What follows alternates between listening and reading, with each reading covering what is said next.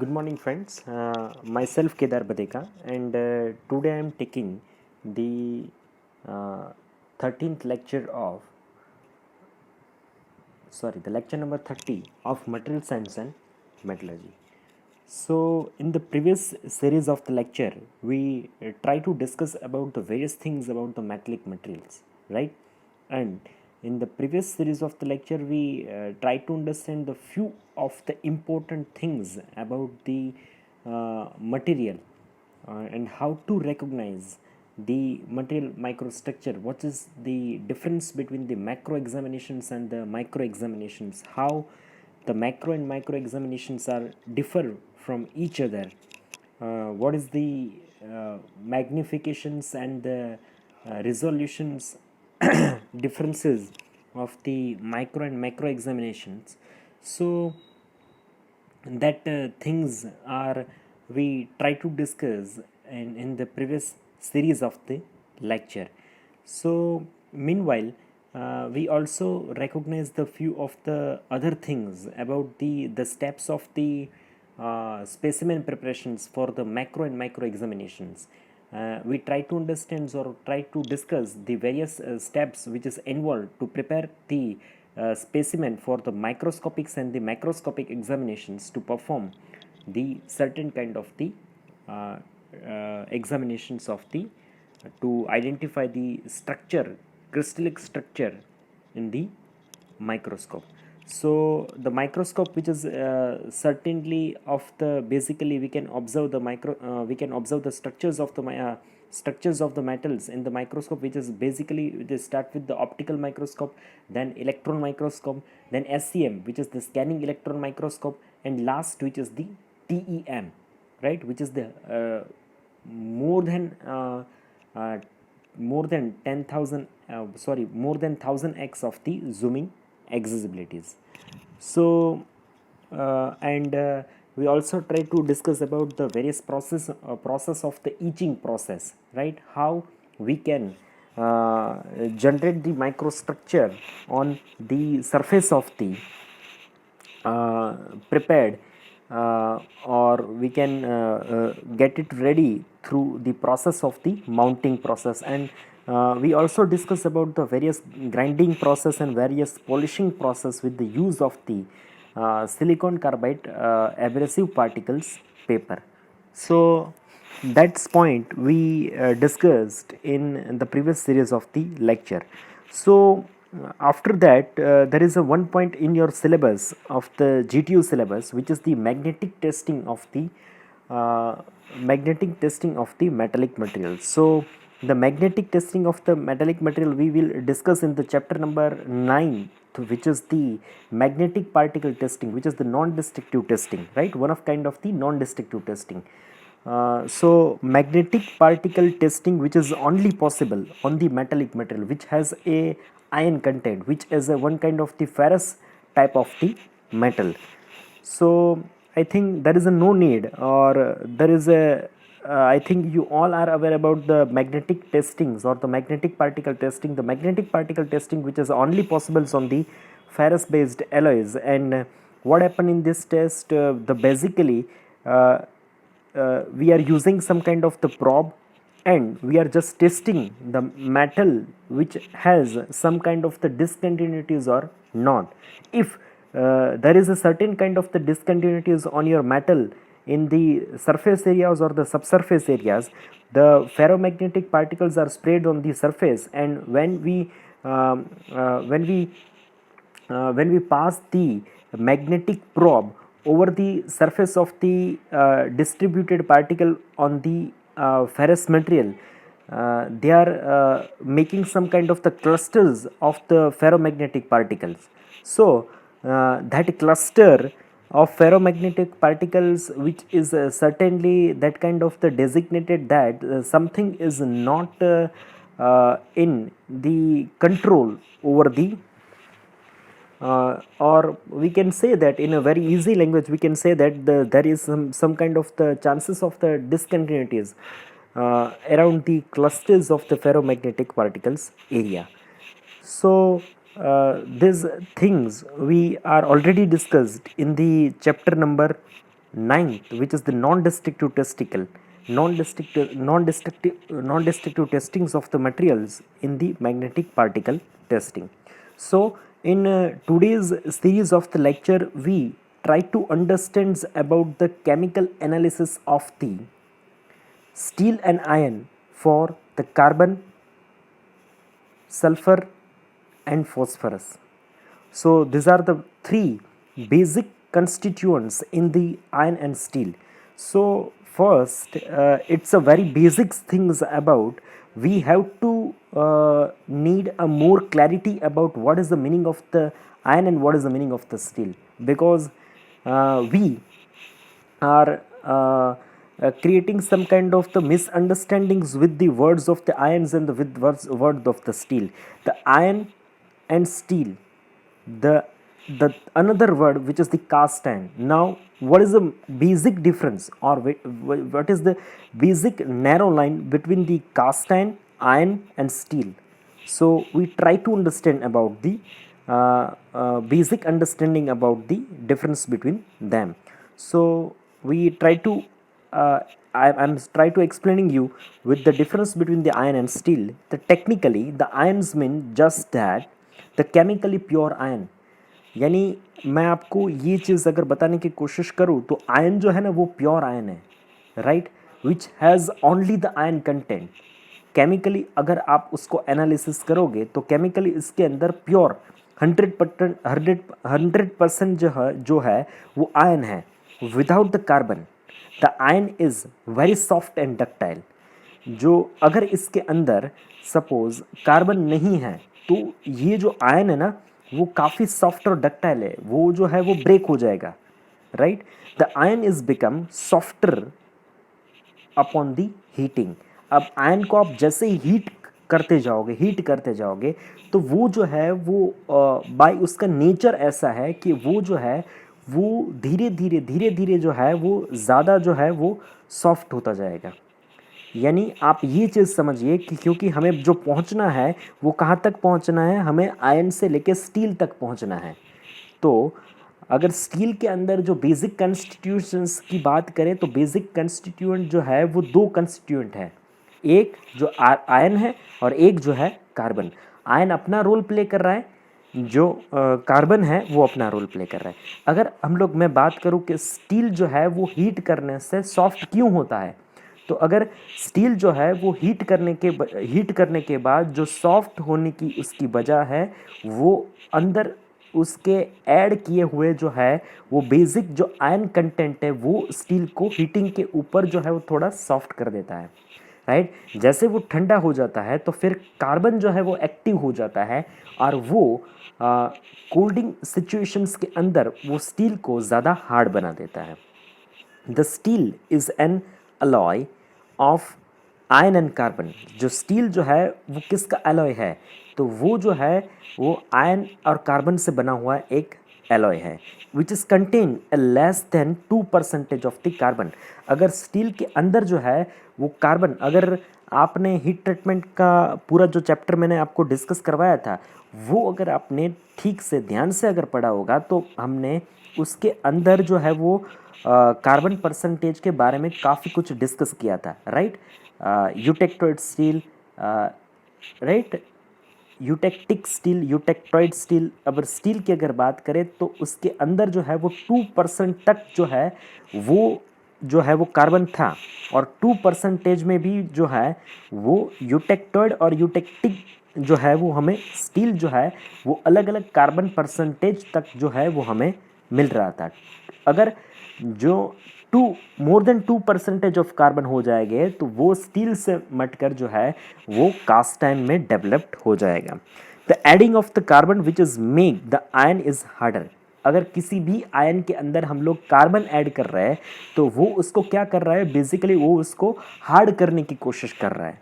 वो basically metal जो है उसको कार्बन जो है वो हार्ड बना देता है, पर जो चीज़ हार्ड बना देता है वो एक्चुअली उसको ब्रिटल भी साथ में बनाता है.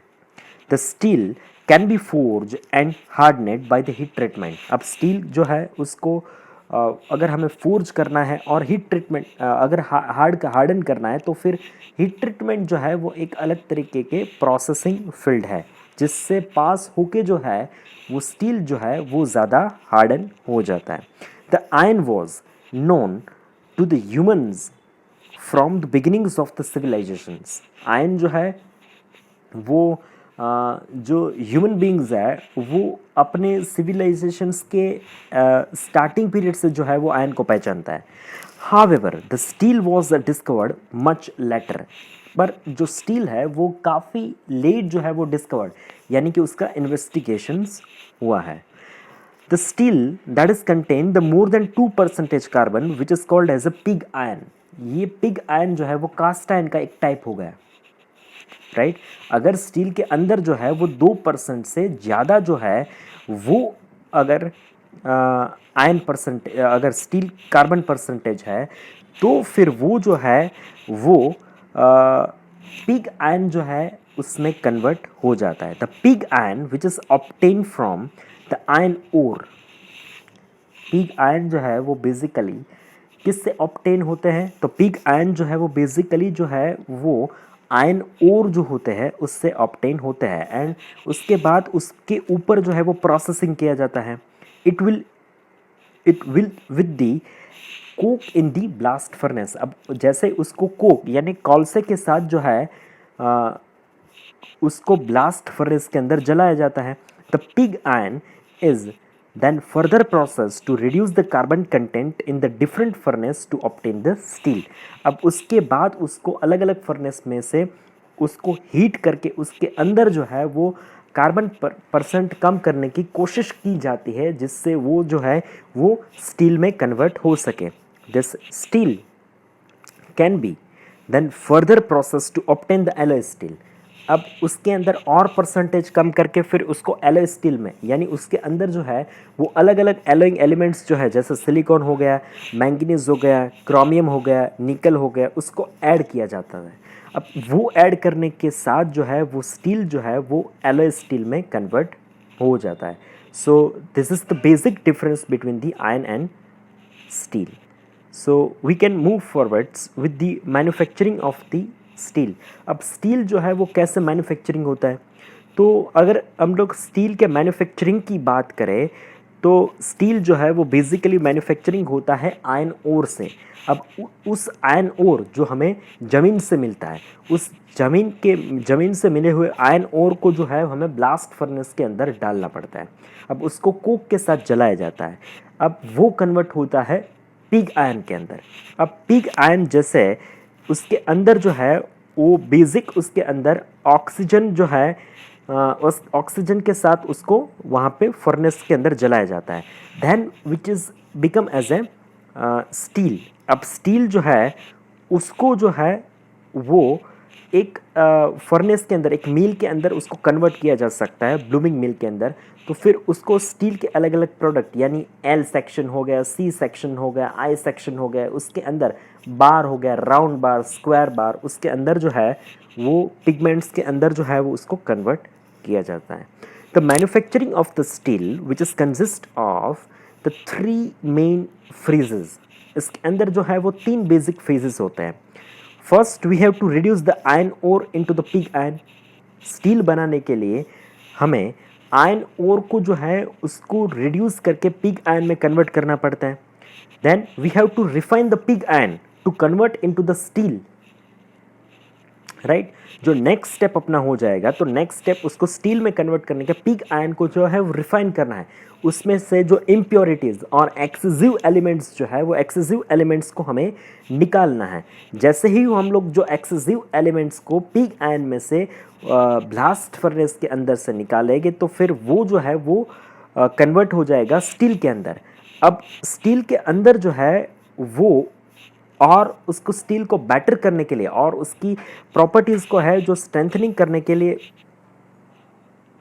उसको स्ट्रेंथनिंग करने के लिए जो है वो क्या चीज़ करनी पड़ेगी?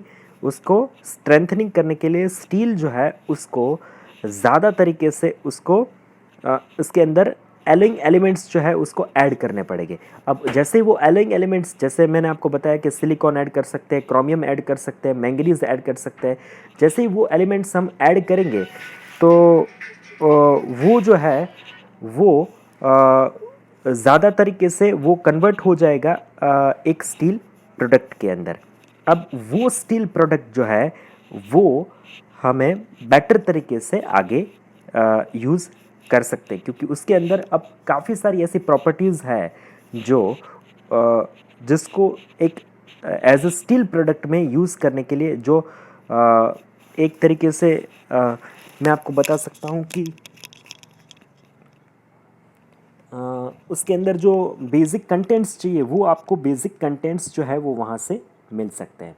अब बेसिकली हमारा जो ये प्रोसेस जो है, यानी ये जो लास्ट टॉपिक है आपका कि chemical analysis of the iron and steel with respect to the sulphur, phosphorus and the carbon, तो ये चीज़ यहाँ पे हमें बहुत ज़्यादा ज़रूरी बन जाती है कि ये जो what is the effect of the sulfur, what is the effect of the phosphorus and what is the effect of the carbon in the steels and iron, ये चीज़ हमें ज़्यादा समझनी यहाँ पे इम्पोर्टेंट हो जाती है। पर इसके साथ ये चीज़ अगर मैं हम लोग समझते हैं तो इसके साथ अगर और एलिमेंट में आपको ज़्यादातर समझाने की कोशिश करूँगा कि ये जो है वो आपको ज़्यादा जो है वो हेल्पफुल हो सकते हैं आपके स्टडी के अंदर। तो ये जो लास्ट पॉइंट इस चैप्टर का हम लोग डिस्कस कर रहे हैं वो जो है which is the effect of the element in the steels and irons. So we first start with the effect of the aluminium in the steels and iron. So the steel जो है वो अगर आपके पास स्टील के अंदर ferrite content ज़्यादा है तो वो स्टील को हार्डर बनाता है। ग्रेफाइट फॉर्मर्स है, एल्यूमिनियम जो है वो एक स्टील के अंदर यानी आयन के अंदर जो है वो ग्रेफाइट फॉर्मेशंस करता है। ग्रेफाइट फॉर्मेशंस की यानी आपने सबको आप ये चीज़ से वाकिफ ही हो सारे लोग कि जो ग्रेफाइट है वो बेसिकली कार्बन कंटेंट है, राइट। जो ग्रेफाइट है वो बेसिकली कार्बन कंटेंट है। उस कार्बन कंटेंट की वजह से जो है वो आपका जो ग्रेफाइट है वो ज़्यादा एक तरीके से कार्बन कंटेंट बढ़ेंगे तो वो उसकी हार्डनेबिलिटीज़ जो है वो इम्प्रूव करेगा। एंड डी ऑक्सीडाइज़र का मीनिंग क्या होता है कि डी ऑक्सीडाइज़र का जो मीनिंग होता है ये मीनिंग ये है कि उसको ऑक्सीडाइज नहीं होने देता। एल्यूमिनियम अगर हम लोग स्टील में ऐड करेंगे तो वो एटमॉस्फेयर के साथ ऑक्सीजन के साथ रिएक्ट होके वो एज ए डी ऑक्सीडाइज़र की तरह से जो है वो रिएक्ट करेगा। Now the second which is the chromium. Now what is the meaning of chromium? अब वो क्रोमियम जो है वो स्टील और आयन के अंदर जो है वो क्या रोल जो है वो प्ले करता है। So the role of the chromium in the chromium as the alloying elements in the steel and iron which is the mild ferrite hardener। वो जो है वो एक तरीके से फेराइट जो है वो माइल्ड एक हल्का सा जो है फेराइट हार्डनर्स है। द मॉडरेट इफेक्ट इन दी हार्डनेबिलिटीज़, ये जो क्रोमियम है वो स्टील को ज़्यादा हार्डन बनाने में ज़्यादा हेल्प करता है। यानी ये जो क्रोमियम है ये जो है वो स्टील को हार्डनेबिलिटी जो है वो प्रोवाइड करने में ज़्यादा रोल प्ले करता है। Next which is the graphite farmer, वो भी जो है वो ग्रेफाइट जो है वो फॉर्म करने में काफ़ी हेल्पफुल कर सकता है। यानी हार्डनेबिलिटी जो एक्चुअली इंप्रूव हो रही है वो जो है वो उसके पीछे के जो है वो कार्बन ग्रेफाइट वाला रोल जो है यहाँ पे प्ले हो रहा है। Then which is resist the corrosion and resist the abrasions, वो क्रोमियम ऐड करने से आपका स्टील जो है वो ज़्यादा कोरोजन रेजिस्टेंस और द एब्रेशन रेजिस्टेंस, यानी वो आराम से कोरोड नहीं होगा, उसके ऊपर काट नहीं लगेगा। और abrasion resistance that means what के वो ज़्यादा तरीके से क्रोमियम ऐड करने से उसके अंदर वियर एंड टीयर नहीं होगा, वो उसके अंदर जो है वो कम घसारा जो है वो आपको देखने को मिल सकता है after adding the chromium. Next which is the cobalt. अब कोबाल्ट ऐड करने से स्टील के अंदर क्या बेनिफिट्स हो सकते हैं? तो कोबाल्ट ऐड करने से उसकी there is a high effect of the ferrite as a hardener. अब जैसे उसको ऐड करेंगे तो उसकी ज़्यादा इफेक्ट जो है वो एक तरीके से ये हो सकती है कि वो एक तरीके से हार्डनर है, राइट। कोबाल्ट ऐड करने से उसकी हार्डनेबिलिटी फेराइट फॉर्म के अंदर जो है वो ज़्यादा बढ़ेगी। एंड हाई रेड हार्डनेस, वो अगर अब मैं रेड हार्डनेस की बात करूँ तो हार्डनेस को आपको तो पता ही है जो हार्ड बनाता है, राइट। अब रेड हार्डनेस क्या है, यानी जब वो जो है वो रेड कंडीशंस में होगा, यानी एक तरीके से ऐसे बोल सकते हैं कि उसको ज़्यादा हमने हीट किया तो उस हीट वाली कंडीशंस के अंदर जो है वो एक तरीके से ज़्यादा हार्डनेस प्रोवाइड कर सकता है। Next which is the molybdenum. Now what is the meaning of the molybdenum? The molybdenum which is we can derived as a strong effect on the hardenabilities. वो भी एक तरीके से हार्डनेबिलिटी इंप्रूव करने में एक स्ट्रॉन्ग जो है वो इफेक्ट अपनी वहाँ पे छोड़ता है। Then the strong carbide former, then the red hardness and increase the abrasive resistance. वो भी जो है वो एब्रेशन रेजिस्टेंस जो है वो इंक्रीज करने में काफ़ी बड़ा जो है वो रोल प्ले करता है। So this are the effect of the alloying elements. Now the other elements जो हमें डिस्कस ज़्यादा करने हैं, यहाँ पे दो ऐसे एलिमेंट्स हैं। ये एक आपका हो जाएगा फॉस्फरस। तो नेक्स्ट अब लोग बात करें तो जो नेक्स्ट एलिमेंट है वो नेक्स्ट एलिमेंट है विच इज़ दी निकल। अब निकल जो है वो यहाँ पे क्या रोल प्ले करेगा, तो निकल जो है वो फेराइट स्ट्रेंथनर है which is also increase the toughness of the hypoeutectoid steel. अब हाइपोयूटेक्टोइड स्टील यानी कैसा स्टील, जिस स्टील के अंदर the percentage of the carbon which is less than 0.8%, उसके अंदर जो है वो टफनेस जो है वो ज़्यादा इंक्रीज करता है। Then which is also a one type of T with the chromium they retain the austenite. अगर हम लोग क्रोमियम के साथ उसको ऐड करें, यानी ये निकल और क्रोमियम जो है ना वो दो एक तरीके से जो एकदम क्लोज पार्टनर्स है उस इस तरीके से रिएक्ट करेंगे। अगर हम लोग क्रोमियम के साथ निकल को ऐड करेंगे स्टील के अंदर, तो वो which is retain the austenite, उसका जो फेज होता है ना austenite, ferrite, martensite, pearlite, bainite, उस फेज को जो है वो ऑस्टेनाइट ही ऑस्टेनाइट में उसको रखता है, उसको फेज जो है वो चेंज नहीं करवाएगा। And last which is the graphite farmer. निकल जो है वो साथ में जो है एक तरीके से अच्छा जो है वो ग्रेफाइट फॉर्मर भी कहलाया जा सकता है। Then copper. Now what is the effect of the copper? The copper which is help to austenite the stabiliser. Copper जो है वो एक तरीके से ऑस्टेनाइट का स्टेबिलाइजर है, वो एक तरीके से उसको स्टेबिलाइज कर सकता है उस फेज के अंदर। Then which is improve the corrosion resistance of the steel. जो स्टील के अंदर जो है वो कोरोजन रेजिस्टिविटीज़ जो है वो ऑल्सो वो वहाँ पे इम्प्रूव करता है। Next which is the silicon. अब सिलिकॉन जो है वो यहाँ पे क्या हेल्प कर रहा है, तो सिलिकॉन जो है वो एक तरीके से फेराइट हार्डनर्स है, राइट, उसकी हार्डनेस जो है वो इम्प्रूव करने में ज़्यादा हेल्प कर रहा है। Then which is also silicon add करने से जो है वो सबसे बड़ा बेनिफिट जो है यहाँ पे होता है वो बेनिफिट हो जाएगा आपका which is increase the magnetic properties in the steel. यानी स्टील को सिलिकॉन जो है वो हम लोग माइनर परसेंटेज के अंदर स्टील के अंदर ऐड करेंगे तो फिर स्टील यहाँ पे एक चीज़ में हमें हेल्प कर सकता है। वो चीज़ यहाँ पे ये हो जाएगी कि वो जो है वो स्टील की मैग्नेटिक प्रॉपर्टीज़ जो है उसको ज़्यादा इम्प्रूव करने में हमें हेल्प कर सकता है। अब मैग्नेटिक प्रॉपर्टीज़ जैसे इम्प्रूव होगी तो फिर ये जो है वो उसका एक तरीके से फेराइट जो है वो इम्प्रूव हो जाएगा, फेराइट फेस जो है वो यहाँ पे इम्प्रूव हो जाए, इसलिए ये ज़्यादा मैग्नेटाइज प्रॉपर्टीज़ के साथ ये स्टील जो है वो डेवलप्ड हो जाएगा। And last content of the allowing element. अब फॉस्फरस जो है वो ऐड करने से क्या हो सकता है स्टील और आयन के अंदर, तो अगर हमें यहाँ पे सपोज़ के फॉस्फरस और जो फॉस्फरस है ना वो सल्फ़र की तरह से ही जैसे क्रोमियम और निकल एक तरीके से रिएक्ट करते हैं, उसी तरह से फॉस्फरस और दी सल्फ़र जो है वो एक तरीके से सेम तरीके से रिएक्ट करते हैं, राइट। अब अगर यहाँ मैं बात करूँ कि फॉस्फरस और सिलिकॉन जो है वो किस तरीके से रिएक्ट करेंगे, तो फॉस्फरस जो है वो बहुत बड़ा रोल जो है वो प्ले करेगा यहाँ पे which is the ferrite hardener. अब फेराइट फेज में उसको हार्डनेबिलिटी प्रोवाइड करता है। Second which is improve the मशीनबिलिटीज़।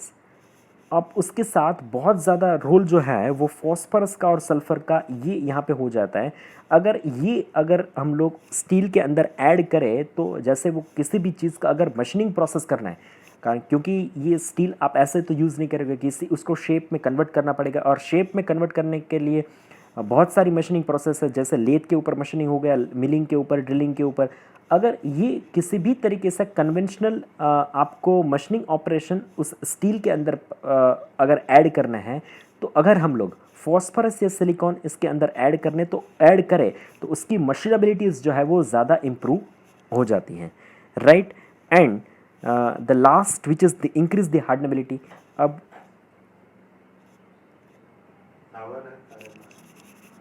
और उसकी हार्डनेबिलिटी अगर बात करें तो which is increase the hardenability of the steel, ये ऐड करने से स्टील की हार्डनेबिलिटीज़ जो है वो भी ज़्यादा जो है वो इंक्रीज़ हो जाती है। तो ये चीज़ इफ़ेक्ट करते, अगर हम लोग एज ए एलाइंग एलिमेंट्स जो है वो स्टील के अंदर ऐड करें तो इतने सारे बेनिफिट्स जो है वो स्टील और आयरन फेस के अंदर हो सकते हैं। यानी मैं यहाँ पे जो दो बात की है वो दोनों के रिस्पेक्ट से ही की है। ये चीज़ जो है वो जो जितना स्टील के अंदर इफ़ेक्ट करेगा बेसिक आयन के अंदर भी जो है वो इतने ही तरीके से वो हमें हेल्प कर सकता है। सो यहाँ पे जो है वो आपका ये चैप्टर है मेटेलिक मटेरियल जो है वो बेसिकली कंप्लीट हो जाता है। सो नेक्स्ट वीक से नेक्स्ट लेक्चर होगा, तो उसके बाद हम लोग एक नया चैप्टर जो है वो मटेरियल साइंस एंड मेटलर्जी के अंदर हम लोग डिस्कस करेंगे। तो अब नेक्स्ट लेक्चर होगा उसके अंदर हम लोग ये चीज़ को डिस्कस करने की कोशिश करेंगे। तो यहाँ पे ये आपका चैप्टर ख़त्म हो जाता है। अगर ये चैप्टर के अंदर जितना भी हमने डिस्कस किया, अगर किसी भी स्टूडेंट्स को कोई भी प्रॉब्लम्स है, डिफ़िकल्टीज़ है, कुछ भी चीज़ अगर समझ में ना आई है तो आप डेफिनेटली जो है यूट्यूब के कमेंट सेक्शन के इस वीडियो के अंत के मुझे पूछ सकते हैं। मैं नेक्स्ट लेक्चर के अंदर आपकी क्वेरी डेफिनेटली सॉल्व करने की कोशिश करूँगा, right. So this is all about the metallic material. I hope you enjoy the lectures and thank you so much for watching this video। ये लेक्चर वीडियो देखने के बाद आपको अपना एनरोलमेंट नंबर जो है उसका यूट्यूब के कमेंट सेक्शंस के अंदर लिख देना है, वो जो है वो आपका ऑनलाइन अटेंडेंस के फॉर्म में काउंट हो जाएगा। So thank you so much for watching this video.